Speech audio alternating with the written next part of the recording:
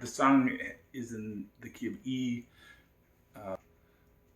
ninth fret, which is C sharp and F sharp are right here.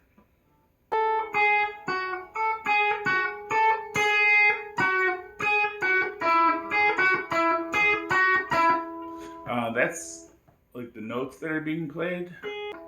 So it's kind of like 1, 2, 3, 1, 2, 3, 1, 2, 1, and then it starts over 1, 2, 3, 1, 2, 3, 1, 2. That's the rhythm.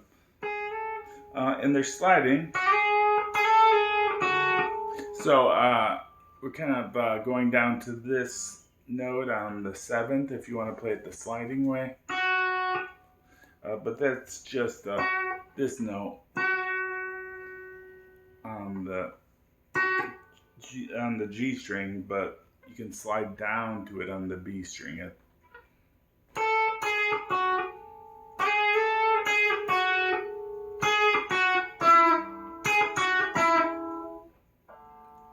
All right, that's it. Thanks for watching. Thanks for asking about that.